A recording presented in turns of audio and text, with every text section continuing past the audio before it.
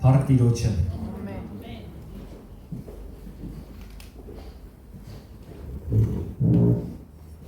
Օրհնյալ Տեր ունենք։ Այդքան անգամ մեզ հնարավորություն տվեց այս չար օրերի մեջ հավաքվելու իր չորս կողմը Իրանից սովորելու։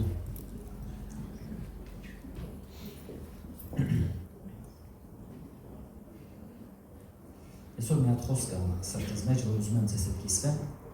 Ես համարյա մի շաբաթ աղոթում էի ու Տիրոջն ասում է Տեր ջան, այնպիսի խոսք դու, որը վերաբերվում է քո եկեղեցուն։ Չեմ ուզում ինչ-որ մի բան խոսեմ եկեղեցու հետ, ուզում եմ ասեմ այն քո եկեղեցուն, ինչի կարիքը իրենք ունեն։ Ու Տերս մի անգամից մի հատ խոսք եկավ մեջս, շատ արագ սկսեցի թղթին հանձնել։ Եվ խոսքս հետևյալ ձևով եմ ուզում սկսեմ, որ պայքարիր մինչև վերջ։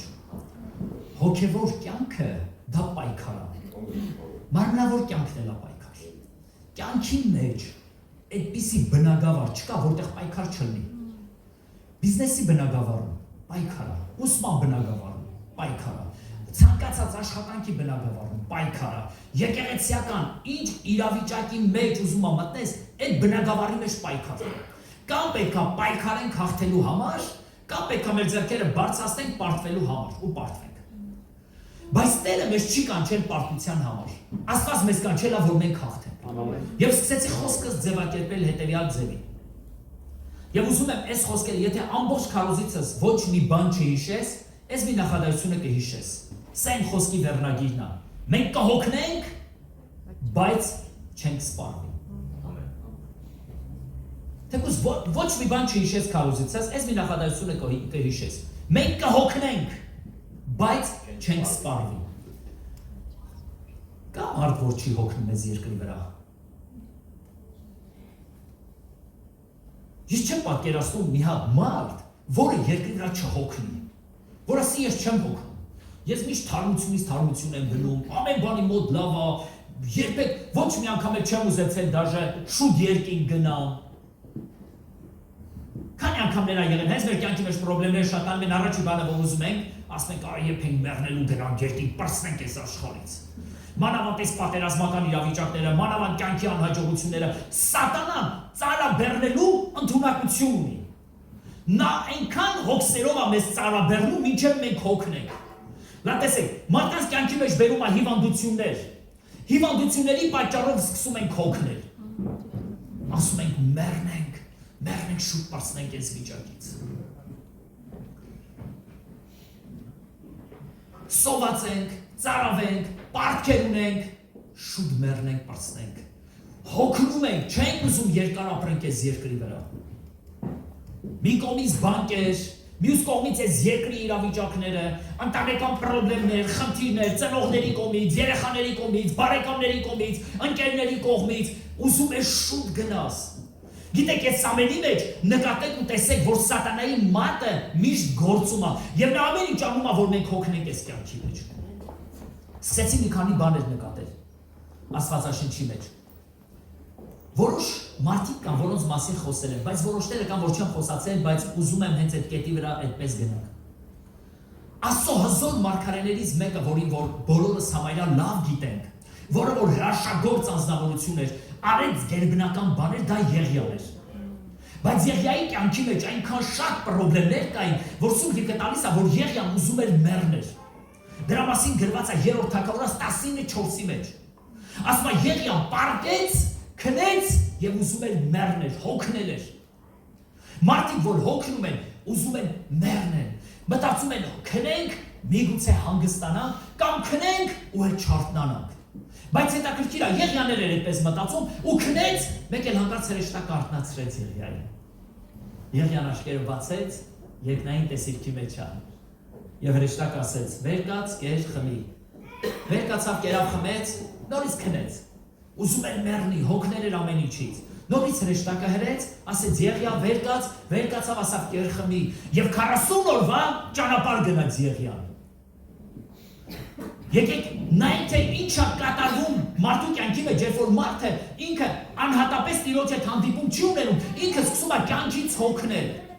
Իրավիճակները միշտ մարդուն հոգնեցնում են, բայց երբ որ մարդը հայտնություն է ստանում Աստծուց, նրա ով լինելու մասին կամ ինչ անելու մասին, մարդը զորություն է առնում։ Եղիան կերխնի եւ 40 օր ճանապարհ գնաց եւ եկան մտան մի տեղ գրված է մի քարանձավ եւ հանկարծ երկրաշարժ եղավ գրված է որ վազելով գնաց որպեսզի տիրոջը տեսնի եւ տերը երկրաշարժի մեջ չէ դուք լավ գիտեք հետո հողմը սարերը պատրեց եւ Աստված հողմի մեջ չէր Եղիան տեսավ հետո երկնքից կրակ իջավ եւ Եղիան նկատեց որ տերը կրակի մեջ չի եւ հանկարծ մի մեղմ ձայն Եղիային ասեց Եղիա ինչ ես անում այստեղ եւ Եղիան ասեց մենակ ես եմ մնացել որ քեզ եմ պաշտում ասեց միայն դու ես մնացել 7000 հոգի ունեմ որոնք բաղին չեն ծնրադրել աստարով թե չեն համբյուրել եւ ինձ են երկրպագություն անում բայց Եղիայի հոգեբանության մեջ հետեւյալն է որ մենակ ես եմ մնացել Քանի անգամ որ մտածել ես որ մենակ դու ես մնացել ես երկրի վրա որպես արդար ու հավատարիմ ոչ մեկը հավատարիմ չի ոչ մեկը արդար չի մենակ ես եմ մնացել արես ամբարիշտերի մեջ ապրելն էս ինչ դժվար է ժողովուրդ ջան մենակ ես եմ մնացել եթե Տերը խոսակ ասի մենակ դու ես մնացել ձեր եկեղեցու հովիվներն է Մեկի ես ինձ բարձրացնեմ տենում է որ դու չեք բարձրացնում քու կողքին նեջի Այնպիսի անձնավորություն, որ վատն է, այլ ընդհակառակը լավ անձնավորություն է, նա էլ է միշտ ինձ երկրպագում։ Ուրեմն երկրորդ օրինացի մեջ մի հետաքրքիր բան նկատեցի, երկրորդ օրինաց 25-րդ գլուխ 17-րդ խոսքը։ Սուրբ Գիտասում է, որ երբ որ Իսրայելին Աստված Եգիպտոսից հանեց եւ տանում էր Քանանի երկիր, բազմիցս անգամներ այս համարները կարդացել եմ, բայց երբեք այս համարին չեմ նկատել, այս համարը չեմ նկատել, կարդացել ու անցել եմ։ Բայց այս անգամ երբ որ սկսեցի ուշադիր կարդալ, զարմացած միանգամից մի հայտնություն ստացա։ Եվ երկրորդ օրինաց 25-17-ի մեջ ասում է, եւ երբ որ Աստված Եգիպտոսից Իսրայել ազգին հանեց եւ տանում էր դեպի Քանանի երկիրը, ամաղեկացիները հարձակվում էին տկարներին եւ հոգնածներին կոտորում։ Քանի անգամ եք հանդիպել ես խոսքին։ Ես չեմ հանդիպել, կարող է դուք ուշադիր կարդացած լինեք հանդիպած, բայց ես երբեք ուշադրություն չեմ դարձրել այս համարի վրա։ Ես սրանով Տերը մի հետաքրքիր բան սկսեց խոսել։ Սատանայի նպատակներից մեկը մարդուն հոգնեցնի։ Ոչ թե Աստված է հոգնեցնում, այլ մարդը հոգնում է այդ իրավիճակների մեջ, դժվար խնդիրների, խնդիրների, բայց այս ծանր իրավիճակների մեջ Սատանան միշտ հարձակվում է մարդու վրա եւ այս հոգնած պարագայի մեջ սկսում է վնասել նրա անձը։ Եվ ասում է, եւ Ամաղեկը իրանք քոչվոր ցեղ էին, հատուկ բնակավայր չունեին։ Եվ իրանք Իսմայելի թորներն էին, ամաղեկացիները։ Իսմայելի թորները քոչվոր ցեղ էին։ Գիտեք այն խնդիրները, նախատիպները, խնդիրները, ինչ խնդրեմ ունես, ես չգիտեմ։ Նրանք քոչվոր ցեղ են, որոնք հարձակվում են մեր կյանքի վրա, որպեսզի վնաս հասցնեն մեզ։ Նրանք մեր կյանքի մեջ տեղ չունեն։ Ես չգիտեմ ինչ է պատճառը, որ դու հոգնել ես, բայց ուզում եմ հիմա քեզ համար մարգարյանամ ու ասեմ, որ նրանք քո կյանքի մեջ տեղ չունեն, նրանք քոչվոր ցեղ են։ Բայց նրանք հարձակվում են տկարը եւ հոգնածը վնասելու համար։ Եվ ասում է, երբ որ դու դուրս ես գալիս, նրանք հարձակվեցին եւ շարունակության մեջ հետեւյալ բանն է գրված. լսի, ով Իսրայելի, ինչ եմ ասում ես քեզ։ Ամաղեկին բնաջինջ կանես, ընդմիշտ երկրի երեսից կբնաջնջես նրանց, որովհետև երբ որ դու հոգնած ու տկար էիր, նրանք քեզ վնաս էին հասցնում փոխանակ օգնել։ Բնաջինջ կանես, քանի հոգի ամաղեկացի հանդիպել ես երկրի վրա, կամ լսել իրաց մասին, որ այս ինչ տեղում ապրում են։ Չկա, որովհետև Տեր ասեց, միշտ բնաջինջ կանես, նրանք իրավունք չունեն երկրի վրա ապրելու։ Գիտեք, մեր կյանքի խնդիրները միշտ մեզ կայցել են, բայց նրանք մեր կյանքի մեջ հյուր են, նրանք մեր կյանքից հեռանալու են, որովհետև նրանք մեր կյանքի մեջ տեղ չունեն, նրանք թափառական ցեղ են, նրանք գալիս են ուղղակի մեզ վնասելու, մեր թույլը եւ մեր տկարը, մեր հոգնածը վնաս հասցնելու։ Գիտեք, եւ հենց այդ ժամանակ ես սկսեցի, կարելի է այսպես ասել, որ պարզ ոնց որ նկատեմ Իսրայելի բանակը եւ նրանք ովքեր որ հոգնած էին, չեմ ուզում ես շարժվել, արդեն հոգնել եմ այս իրավիճակներից։ Ինչքան կարելի է այս անապատի մեջ գնալ, ամաղեկացիներն էլ կակրազետ էին ուզում։ Եվ այստեղ այս համարի մեջ մի խոսք եմ ուզում ես քեզ ասել։ Եթե հոգնածն ու տկարը չապրեն ժողովրդի մեջ, ամաղեկացիները նրանց կվնասեն։ Սատանայի նպատակներից մեկը մարդուն եկեղեցուց հեռացնելն է, բանակից հեռացնելն է։ Դուք նկատել եք, երբ որ հոգեպես սկսում եք տկարանալ, առաջին բանը, որ անում եք, սկսում եք քննադատել։ Այդ տկարությունը քեզ դարձնում է քննադատ։ Եվ դու սկսում ես քննադատել այն մարդկանց, որոնք քայլում են Սուրբ Հոգու այդ ամբիսիոնով։ Եվ գիշերը կրակի սյունով, ցերեկը ամբիսիոնով, եւ նրանք սկսում էին քննադատել, եւ նրանք տկար էին։ Սուրբ Գիրքը տալիս է, որ նրանք տկար էին եւ հոգնած էին։ Եվ քանի որ տկար ու հոգնած էին, ամաղեկացիներն էլ հենց այդպիսիներ էին ուզում։ Նրանք, ովքեր եկեղեցուց յետ են մնում մի քայլ անգամ, ամաղեկացիները հարձակում են նրանց վրա եւ վնաս են տալի նրանց անձին։ Երբեք քեզ Աստծո ժողովրդից հեռու չտեսնես։ Միշտ քեզ տես Աստծո ժողովրդի մեջ։ Լուկաս 6:Ամեն։ Ամեն։ Երկրորդը Դատավորաց 4 գլուխ 21-րդ խոսք։ Եվ Բարակը պատերազմի դուրս եկավ եւ Բարակի հետ միաբանվեց Դեբորան։ Դուք դրա մասին գիտեք։ Դեբորայի կյանքը լավ կիմանաք մանավանդ քույրերը կսիրեն Դեբորայի կյանքը, որովհետեւ Դեբորան մի համարձակ կին էր, որ դուրս եկավ թագավորի հետ Բարակի հետ գնաց պատերազմելու։ Եվ նրա դեմ պատերազմի հետ դուրս եկել նաեւ մի հզոր զորավար, որի անունը Սիսարա էր։ Հզոր բանակով եկել էր պատերազմելու, բայց Տերը ամեն ինչ այնպես էր անելու, որ Բարակը պետք է հաղթեր, որովհետև Դեբորան էր եւ Աստծո մարդիկ դուրս եկան պատերազմելու, դա նշանակում էր, որ Աստված ամբողջությամբ թշնամուն պետք է հանձներ Աստծո մարդկանց ձեռքը։ Եվ հետաքրքիր մի բան եք նկատում, որ Սիսարան գրված է, որ զորքը երբ որ սկսեց ջարդվել, Սիսարան փախավ եւ մի կին տեսավ, որը որ նրան ընդունեց իր տան մեջ։ Եվ բերեց իր տուն, եւ ասեց մի բաժակ ջուր տուր, որովհետեւ ես հոգնած եմ եւ քաղցած, մի բաժակ ջուր տուր, եւ գրված է, որ նա մի բաժակ սառը կաթ տվեց եւ նա խմեց եւ ասեց մի տեղ տուր, որ ես քնեմ հանգստանամ, որովհետեւ շատ հոգնած եմ։ Եվ մի տեղ տվեց, երբ որ Սիսարան քնած էր, եւ այդ ժամանակ գրված է, որ այդ կինը, որի անունը Հայել էր, Հայել վրանի ցիցը վերցրեց եւ մի մուրջ իր ձեռքը եւ թակուն մոտեցավ Սիսարային եւ Սիսարան քնած էր եւ ծամելիքի մեջ ծառոտի մեջ ցիցը մխեց եւ գրված է որ Սիսարան մահացավ որովհետեւ Դեբորան մարգարեացել էր Բարակի եւ ասեց որ քո պատիվը մեկ ուրիշ տա առնելու Բարակը դուրս եկավ պատերազմելու բայց Սիսարային սպանողը եղավ Հայելը Հիմա նկատեք, եթե անգամ դու զորավոր անձնավորություն ես, հզոր մարդ ես, եւ դու ուշադրություն չես դարձրել քո տկարությանը, ուշադրություն չես դարձնում քո հոգնածությանը, անգամ սովորական կանանց մեկի ձեռքով դու կընկնես։ Որովհետեւ երբ որ դու հոգնում ես, պետք է ուժ առնես։ Եսայա մարգարեության մեջ զորավոր մի խոսք կա, դա գրված է Եսայա մարգարեության 40 գլուխ 29 համարի մեջ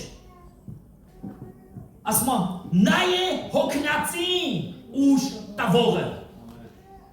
նա է հոգնածին ուժ տվողը երբ որ դու հոգնած ես ոչ թե ինչ որ բաներ արա այլ հոգնած ժամանակ փորձի մոտենալ նրան եւ այստեղ շարունակության մեջ ասում է երիտասարդները կթուլանան ուժեղները կտկարանան բայց Տիրոջը հուսացողները Արծվի պես կսավառնեն, երջերուի պես կվազեն ու չեն սայթակի, և նրանք չեն հոգնի, որովհետև ես Եհովաս նրանց թարմությունը, զորությունը, խաղաղությունը, օրհնությունը կլինեն։ Անգամ ասում է երիտասարդները կտկարանան։ Եվ այստեղ նկատում ենք, որ Սիսարան ինքը զորավոր անձնավորություն էր, բայց քանի որ հոգնած էր, անգամ կին արմատը, որը մտածեց ցիցը վերցնի, հետո մուրճը վերցրեց, որ ցիցը դնի մուրճով խփի, պատկերացնում եք նրա մտածելակերպը իր ձև էր։ Կարելի ասել մեխելու Սիսարայի գլխին եւ Սիսարան այդ ժամանակ չէր կարա արթնանալ։ Դու կարաս զորավոր մարդ լինես, բայց եթե դու հոգնել ես, քեզ Տիրոջից զորություն ա պետք։ Եթե ոչ, անգամ սովորական կանանց միջոցով տեղի կունենա քո անկումը։ Նորից եմ ուզում հիշեցնեմ քեզ իմ խոսքից վերնագիրը։ Մենք կհոգնենք, բայց չենք սպառվելու։ Մենք կհոգնենք, բայց չենք սպառվելու։ Այսինքն կարծես որ ես ասում եմ, ինչ որտեղ ուզում եմ ասեմ, որ մենք կարող ենք հոգնել։ Հեսա մի քիչ առաջ գնանք։ Առաջին թագավորաց 30-րդ գլուխ։ Դավիթը Գրված ասում գրքի մեջ ասում է եւ ամաղեկացիները եկան եւ Դավիթի քաղաքը որտեղ որ Դավիթը բնակվում էր եւ Դավիթի կանանց գերի տարան, երեխաներին գերի տարան եւ շատ ամբողջ քաղաքը գրավեցին եւ քաղաքի ողջ երեխաներին եւ կանանց գերության տարան եւ ավարներ իրանց հետ տարան։ Եվ ասում է եւ Դավիթը եկավ Սիկելակ եւ տեսավ որ ամբողջությամբ պայլված է եւ թալանված եւ իրանց ընտանիքի անդամները գերության են տարվել։ Եվ գրված է եւ Դավիթը ուժեղ լաց եղավ, շատ ուժեղ լաց եղավ։ Եվ Սուրբ Գիրքը տալիս է որ նրա հետ լացեցին նաեւ մնացած տղամարդիկ եւ մինչեւ այն աստիճան որ ցանկացան հենց այդտեղ Դավիթին սպանեն։ Բայց ասում աստվածանից մի զորություն եկավ Դավիթի մեջ, կանգնեց ոտքի եւ ասեց վեր կացեք գնում ենք մեր ընտանիքներին ազատագրենք։ Եվ մի մարդ գտան, որը որ այդ ավարին մասնակցել էր, այդ վայրը քաղաքին կործանելուն մասնակցել էր, եւ այդ մարդուն ասեցին, ուր են նրանք, ասեց, եթե դուք ինձ չսպանեք, ես կասեմ, թե որտեղ են, եւ բերեց ցույց տվեց ամաղեկացիների տեղը։ Ես ասեցի, որ ամաղեկացիները իրանք իրանց հատուկ քաղաքը չունեն, իրանց հատուկ երկիրը չունեն, նրանք ուղղակի թալանչիներ են, քոչվոր ցեղ են, որ հարձակում են ինչ-որ ազգերի վրա եւ նրանցից ավարներ են տանում։ Եվ հիմա Դավիթը վերցնում է զորքը, մոտավորապես 600 հոգի եւ գալիս է պատերազմելու։ Շատ մեծ բանակ չուներ Դավիթը, ընդամենը մի 600 հոգի եւ 600 հոգով եկան պատերազմելու։ Եվ երբ որ հասան միտեղ գրված է որ 200 հոգի Դավիթին ասեցին, որ մենք շատ հոգնած ենք, չենք կարող գալ։ Հոգնած մարդիկ անգամ չեն կարողանում պատերազմեն։ Շատ դժվար է, որ հոգնած մարդիկ պատերազմի գնան։ Եվ գրված է 200 հոգին մնացին եւ 400 հոգու հետ Դավիթը վեր կացավ եւ գնաց պատերազմելու եւ գրված է որ ամաղեկացիներին ջարդեցին եւ իրանց կանանց, իրանց երեխաներին բոլորին կենթանի ողջ վիճ վերադարձրեցին եւ բացի դա շատ մեծ ավար առան, շատ մեծ ավար։ Եւ ասում է եկան հասան այս 200 հոգու։ Եվ այդ ժամանակ մենք ինչ կմտածեին, այդ նույն ձևի մտածեցին այս 200 հոգին, բայց 400 հոգին, բայց գրված է որ այս 400 հոգու մեջ չար մարդիկ կային, որոնք ասեցին եկեք այս 200 հոգուն բաժին չտանք։ Որովհետև սրանք մեզ հետ պատերազմի չեկան։ Եվ Դավիթը ասեց, լսեք, Տերն է թշնամուն մեր ձեռքը տվել, եւ մենք ոնց կարող ենք այս 200 հոգուն բաժին չտանք, եւ ասեցին միայն իրանց կանանց եւ իրանց երեխաներին տանք իրենց։ Եվ Դավիթը ասեց ոչ։ Նրանք են մեզ հետ հավասար պետք է ավարը կիսեն։ Եվ գրված է որ 200-ի մեջ են ավարը բաժանեցին, որովհետև թեև նրանք շատ հոգնած էին։ Հետաքրքիր մի խոսքի ենք հանդիպում Պողոս առաքյալը հետևյալ բանն ասում, ասում դուք որ տկար եք, զորավոր եք, տկարների տկարությունը վերցրեք։ Սա չի նշանակում, եթե ես հոգնած եմ եւ դու հոգնած ես, սա չի նշանակում, որ պետք է նրանք ովքեր որ թույլ են, տկար են, հոգնած են, նրանք ավարի բաժինը չեն ստանալու։ Ընդհակառակը նրանք եւս պետք է օրհնությունը ստանան։ Եվ այստեղ այս համարի մեջ նկատում ենք հետեւյալ բանը։ Երբեք մի մոռացեք նրանց, ովքեր հոգնած են եւ թուլացած։ Քո կյանքի մեջ Աստված նույնքան հաջողություններ կտա, բայց սա չի նշանակում, որ դու լավն ես, դրա համար Աստված քեզ հաջողություն տվեց։ Սա ուղղակի նշանակում է, որ Աստված քեզ հաջողություն տվեց։ Եթե Աստված ինձ հաջողություն է տվել, սա նշանակում է, որ ես էլ պետք է կարողանամ իմ հաջողությունից բաժնեկցեմ ձեզ հետ։ Մենք կթուլանանք, մենք կհոգնենք, բայց մենք երբեք չենք սպառվելու, որովհետև Տեր Եհովայի զորությունը մեզ հետ է, եւ նա մեզ օրհնել է, որպեսզի մենք ավելի առաջանանք Տիրոջ դաշտի մեջ։ Եվ նրանք ովքեր որ մեր կողքին են, թույլ են, տկար են, հոգնել են այս պատերազմի իրավիճակների մեջ, այս դժվար ծանր կացությունների մեջ, նրանք հոգնած են, մենք նրա այդ հոգնածների համար պետք է բաժին տանենք։ Ոչ թե միայն մենք, այլ նրանք, ովքեր որ հոգնել են։ Այս երկիրը այնպիսի ծանր իրավիճակի մեջ է հայտնվել, որ անհնար է որ չհոգնեն մարդիկ։ Հեռուստացույցը միացնում է ամենուրեք պատերազմը։ Մահեր, պրոբլեմներ, խնդիրներ,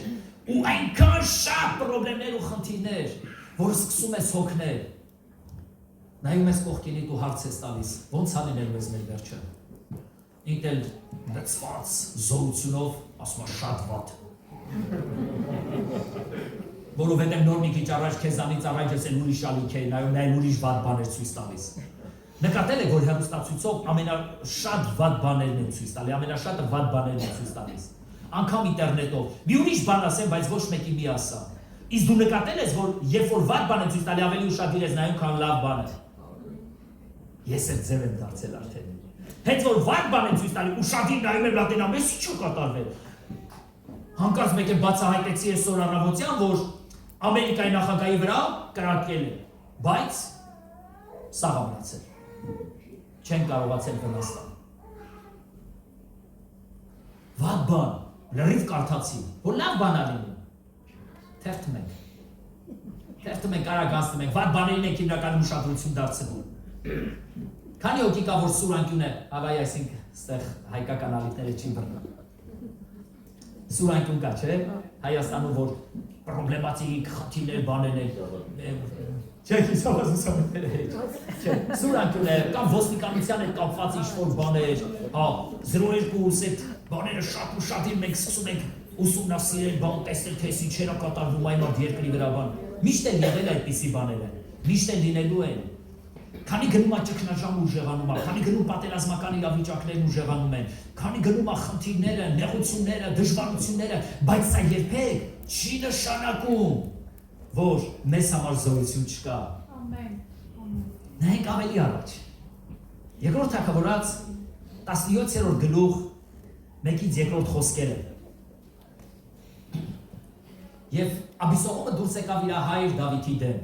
եւ սկսեց պատերազմել Դավիթի հետ, որպեսզի թագավորությունը իր հոր ձեռքից առնի։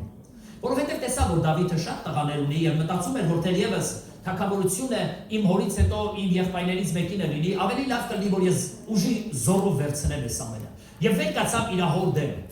Եվ սկսեց պատերազմել իր հոր դեմ եւ այդտեղ մի հատ իմաստուն մարդ կար, որի խոսքը մարգարեի խոսքի պես ընդունվում էր, դա Աքիտոփելն էր։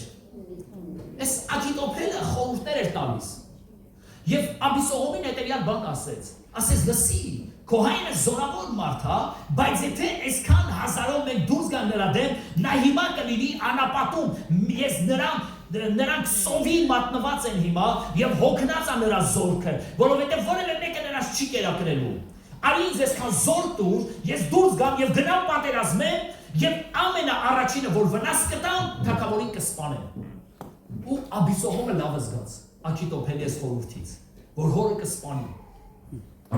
Հետո մի իմաստուն ուրիշ մարդ եկավ, որը որ Դավիթին կողմնակից էր եւ ասեց, լսի,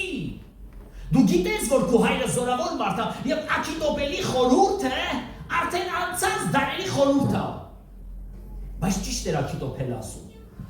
Եվ այս մարդը ուրիշ խորհուրդ տվեց, որը սխալ խորհուրդ էր։ Որ Աբիսողոմի սիրտը հանկարծ Աքիտոփելի խորհրդին չկպնի։ Եվ լուր ուղարկեց Դավիթին եւ ասեց, լսիր, շատ արագ զորքդ վերցրու եւ անապատը Հորդանանը անցիր, եթե ուզում եք ապրել, որովհետեւ Աքիտոփելը խորհուրդ է տվել եւ ես էլ այսպիսի խորհուրդ եմ տվել, դրա համար շատ արագ Հորդանան անցի, որ նրանք գան քեզ փնտրեն ու չգտնեն։ Եվ այս լուրը հասավ Դավիթին, եւ Դավիթը գրված է, որ մեկ գիշերվա մեջ շատ արագ իր զորքով Հորդանանը անցավ, եւ զորքը եկավ ու փնտրեցին Դավիթին, տեսան, որ Աքիտոփելի խորհուրդը ձախողվեց։ Ես ու գիտասում եմ, որ Աքիտոփելը, քանի որ տեսավ, որ իր խորհուրդը ձախողվեց, գնաց ինքնասպան եղավ։ Որովհետեւ կամ Աբիսողոմը պետք է իրան սպաներ, կամ էլ ինքը պետք է իրան սպաներ։ Բայց այստեղ ինչ շեշտադրում է հետեւյալն է։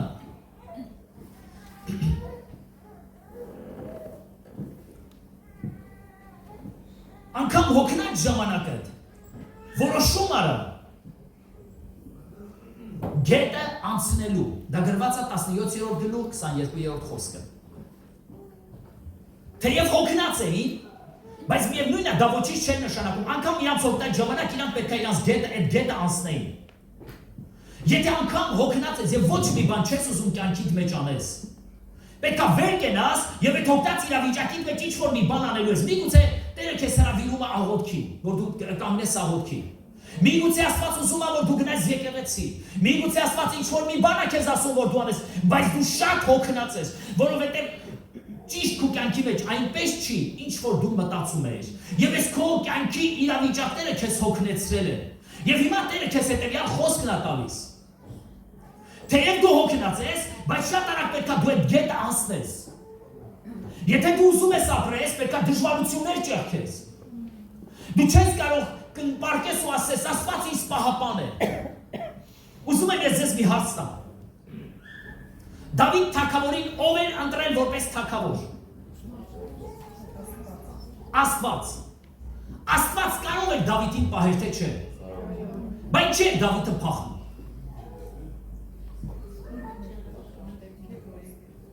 Տեսեք, անգամ ամենածանր իրավիճակների մեջ, որ դու հայտնվել ես, Աստված այդ իրավիճակների մեջ էլ ինքը իր անելուն անում է, բայց մարդկային անելիքը դու ես անելու։ Ով էր Հիսուսին երկիր ուղարկել։ Աստված, Հայրը ուղարկեց Հիսուսին երկիր։ Ինչի համար հրեշտակը Հովսեփին ասեց վերցրու երեխային եւ փախիր այստեղից։ Ինչի Աստված չէր կարող Հիսուսին պահել, որ Հերոդես այդ օրենքները խախտվեր։ Մենք շատ անգամներ ասում ենք, Տեր, ես հավատում եմ, դու այնպես արա, որ այսպես լինի, Տերն ասում է, լսի, դու ես ասելու, ես ոնց անել։ Ես գիտեմ իմ ճանապարհները եւ իմ անելու գործը, ես այսպես եմ անելու։ Ես քեզ ասում եմ, վերցրու եւ փախիր։ Հիմա խոսքը հետեւյալն է, եւ Դավիթ թագավորը ինքը պետքա վեր կենալ եւ այդ հոգնած վիճակին ինքը պետքա հորդանան ասներ, եթե դու ուզում ես ապրես ինչ որ մի բան անելու ես դու քեզանից։ Եկեք ավելի առաջ նայենք, տեսեք հլա ինչ էր կատարվում։ Եկեք ավելի առաջինը նայենք։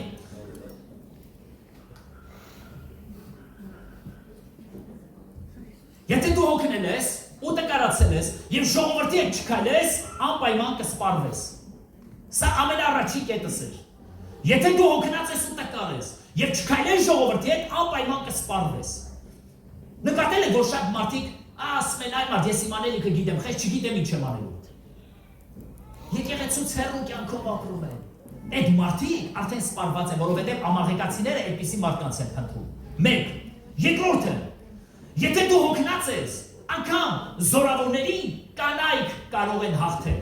Նրանք, ովքեր որ հմուտ չեն պատերազմելու մեջ, անգամ նրանք կարող են քեզ հաղթել։ Եթե դու ուզում ես հաղթող լինես, մի կողմ թող քո հոգնածությունը եւ վեր կաց եւ որպես զորավոր կանգնի քո դիրքում։ Կամ դու պետք է հաղթես, կամ անգամ կանաց ձեռքերով էլ կգնաս։ Երրորդը,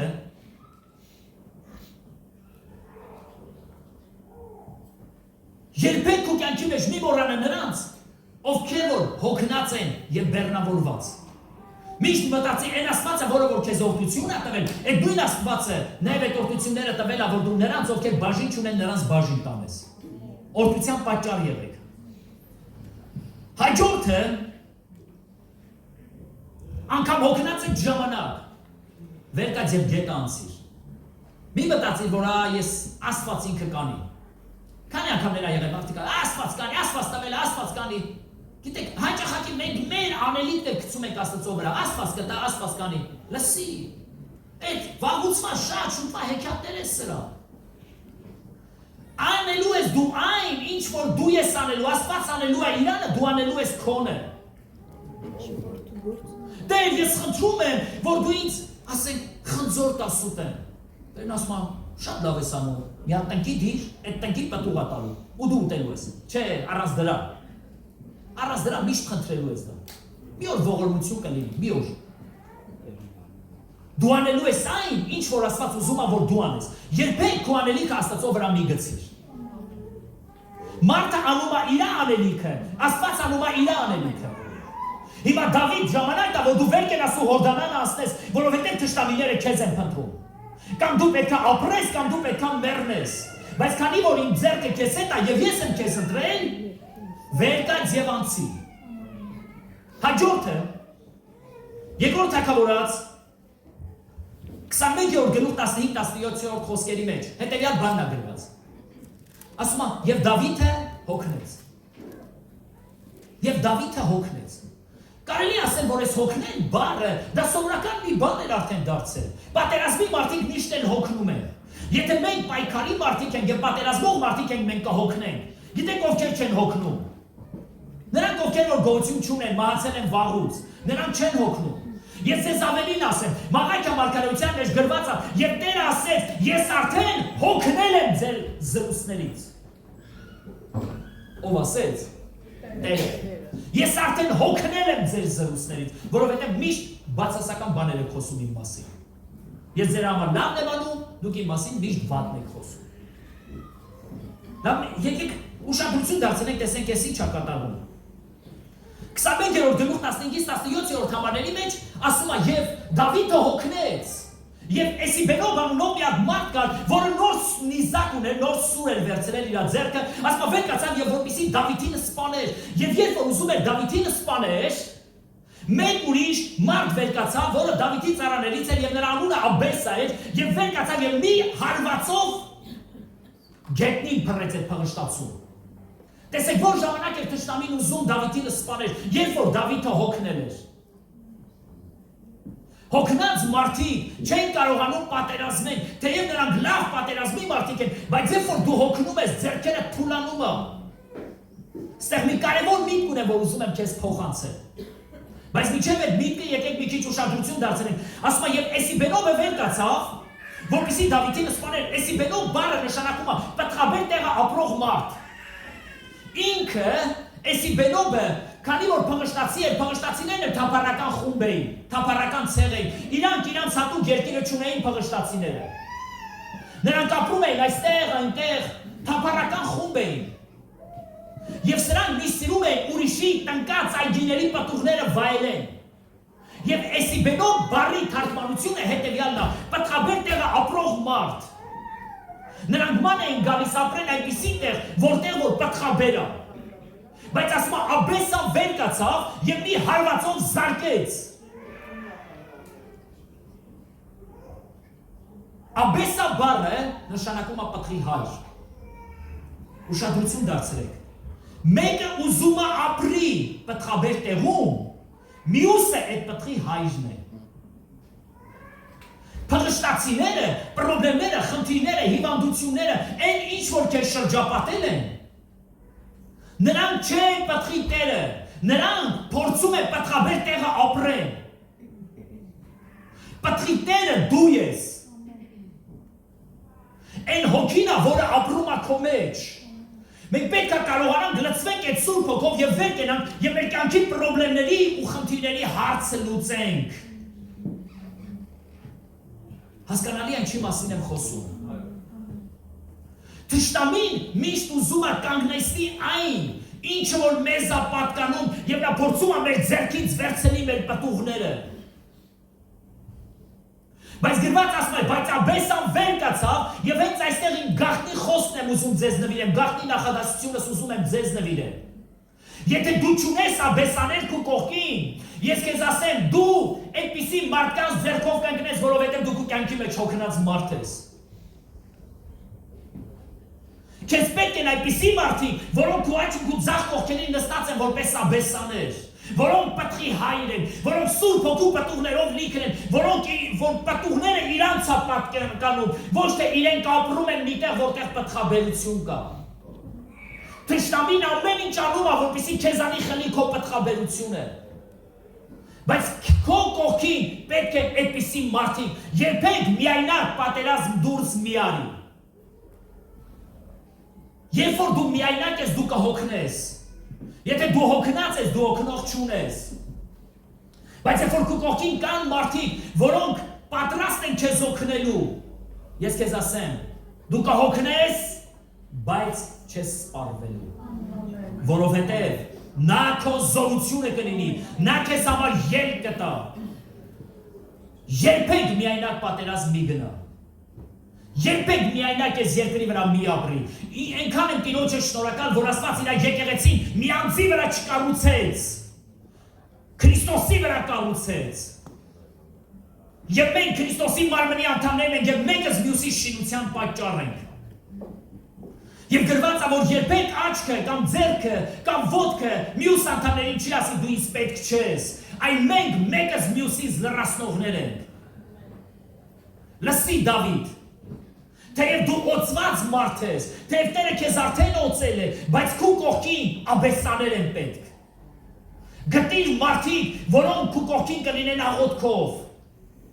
խոսքով, խորհրդատվությամբ, որոնք օգնական կլինեն քեզ։ Մենք անցանք ու տեսանք Դավիթը ինչքան խնդիրներ ունեցավ, եւ միշտ Դավիթին օգնեցին ինչ որ խորհրդատուներ, կամ էլ ուժեղ մարդիկ։ Դու ինչքան ուզում ես ուժեղ լինես, միևնույնն է, դու կարիք ունես Աբեսայի, դու կասես ամեն։ Հովհաննես 4-րդ գլուխ 6-րդ խոսք։ Զորավոր մի բան կա գրված։ Գրված է եւ Հիսուսը հոգնեց։ Հիսուսն էլ հոգնեց։ Եվ նստեց մի ջրհորի մոտ։ Եվ մի կին կար, որ եկավ ջուր քաշելու, եւ Հիսուս ասեց. ջուր տուր խմեմ։ Հոգնած, ամբողջ օր աշխատած, փողոցներում ավետարանած, քարոզած, մեր Տերը հոգնեց։ Գիտեք ինչ է նշանակում հոգնեց։ Սա նշանակում է, որ Հիսուսը կատարյալ մարդ էր։ Դրա համար ինքը հոգնեց։ Հիսուսը ինքը որպես Աստված այս երկրի մեղքին չհաղթեց, ինքը որպես մարդ մեղքին հաղթեց, որպեսզի ապացուցի մեղքի անզորությունը։ Եվ հիմա նայում եք այս համարի մեջ։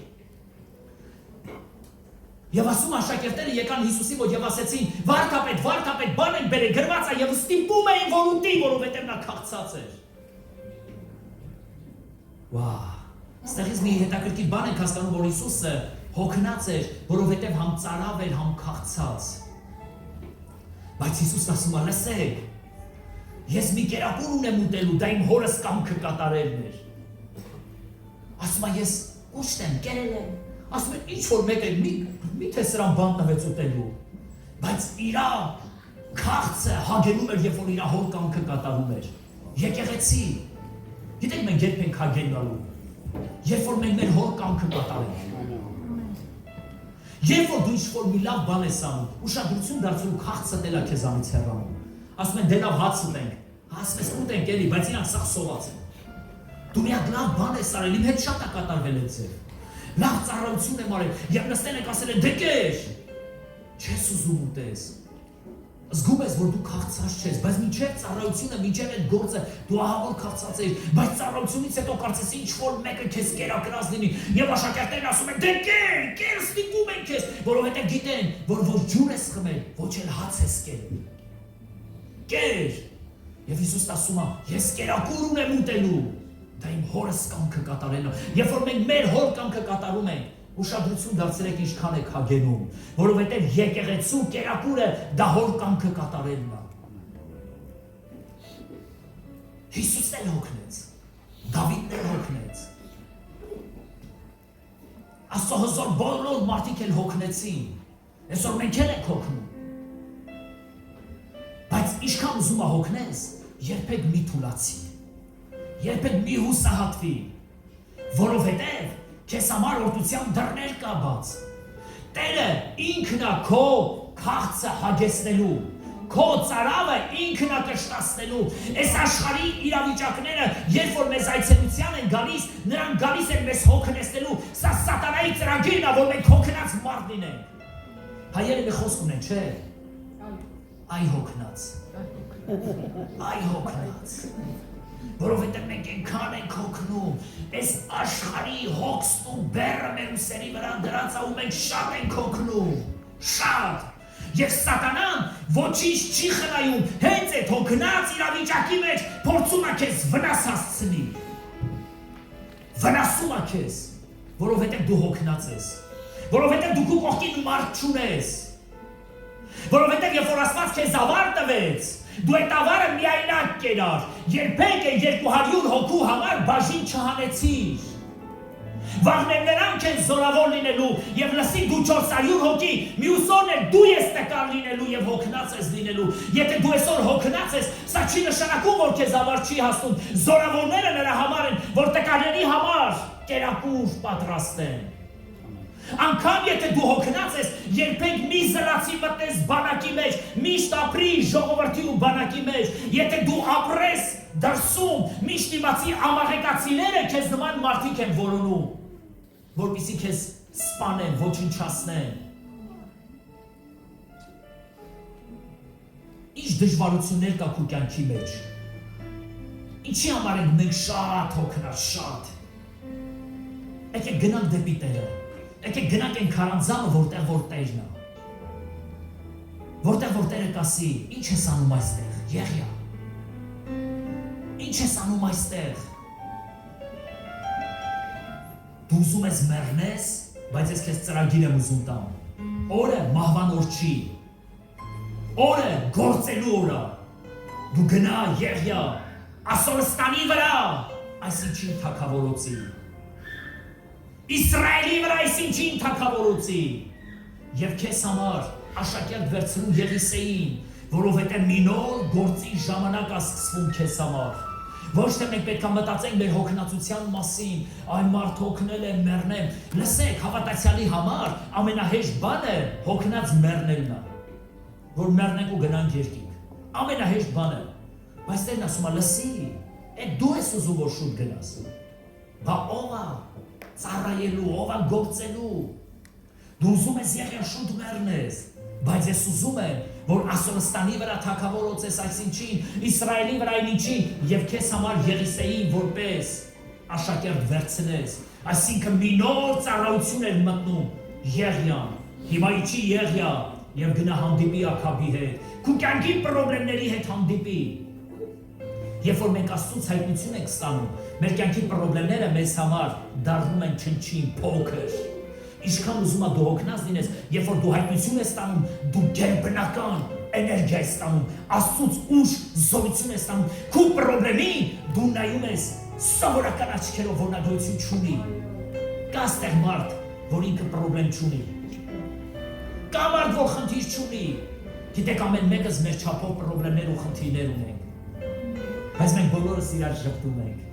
Եվ գիտեք տպավորությունն ինչ է։ Երանի քո տեղը ես լինեի։ Բայց ամեն մեկս մեր խնդիր ունենք, ամեն մեկս մեր ներքին պատերազմ ունենք, մենք պատերազմում ենք մեր դժվարությունների դեմ, և մեր կյանքի դժվարությունները մեզ ստիպում են, որ մենք հոգնենք, որպեսզի մեզ սպանեն ամաղեկացիները, հոգնենք, որպեսզի անգամ սովորական ոչ զենք բռնող կանանց մեկի ձեռքով գնանք, հոգնենք, որպեսզի մոռացված ու տկարացած մեռնենք ու գնանք այս կյանքից, հոգնենք, որպեսզի թշնամիները գան ու մեզ ոչնչացնեն ու բնաջինջ անեն, որովհետև մենք չենք ուզում անգամ մի քայլ անենք, գետ անցնենք, վեր կացեք Աստծո մարդիկ, վեր կացեք ու մենք պետք է անցնենք այն դժվարությունները, որ մեր առջև դրված են։ Մենք պետք է պատերազմենք ու մենք պետք է հաղթենք։ Այս օրերի մեջ Աստված հաղթանակը տվել է իր ժողովրդին։ Աստված իր հաղթանակը տվել է իր ժողովրդին։ Եվ մենք հաղթողներ ենք Քրիստոսի մեջ։ Մի Աստծո հզոր մարդ հզոր մի խոսք ասում։ Ասում է մենք ավելին ենք, քան հաղթողներ։ Մենք ավելին ենք, քան հաղթողներ։ Այն պատերազմի ինչ որ Տերը 2000 տարի առաջ պարտության մատնեց սատանային, ինքը այդ իշխանությունը և զորությունը վերցրեց սատանայից և տվեց իր եկեղեցուն, որ եկեղեցին մեր օրերի մեջ փոխի այս երկիրը։ Ով կհոգնի, մենք հոգնողներիցը չենք, ով կտկարանա, մենք տկարացողներիցը չենք, ով կընկնի, մենք ընկնողներիցը չենք, բայց թեև հոգնենք, միևնույնն է չենք սպառվելու, մեզ համար վերջ չկա, եկեղեցի, մենք ծառայող եկեղեցի ենք, մենք ապագան կերտող եկեղեցի ենք։ Հիսուսն էլ հոգնեց, բայց անգամ իր հոգնած ժամանակ ինքն իր ծառայությունը չկասեցրեց։ Դու էլ կհոգնես, բայց քո հոգնած ժամանակ քո ծառայությունը մի կասեցրու, երբեք քո զենքը կողքդ մի դիր։ Դու կհոգնես, բայց վեր կաց, որովհետև պատերազմը քոնն է լինելու։ Որովհետև Տերը քեզ արդեն օծել է, ոչ մի աբիսողոմ չի կարող քեզ ոչնչացնել, որովհետև Աստված է քեզ ընտրել, որպես թագավոր լինելու։ Նա է քեզ օգնել, նա է քեզ կանչել որպես եկեղեցու մի անձ։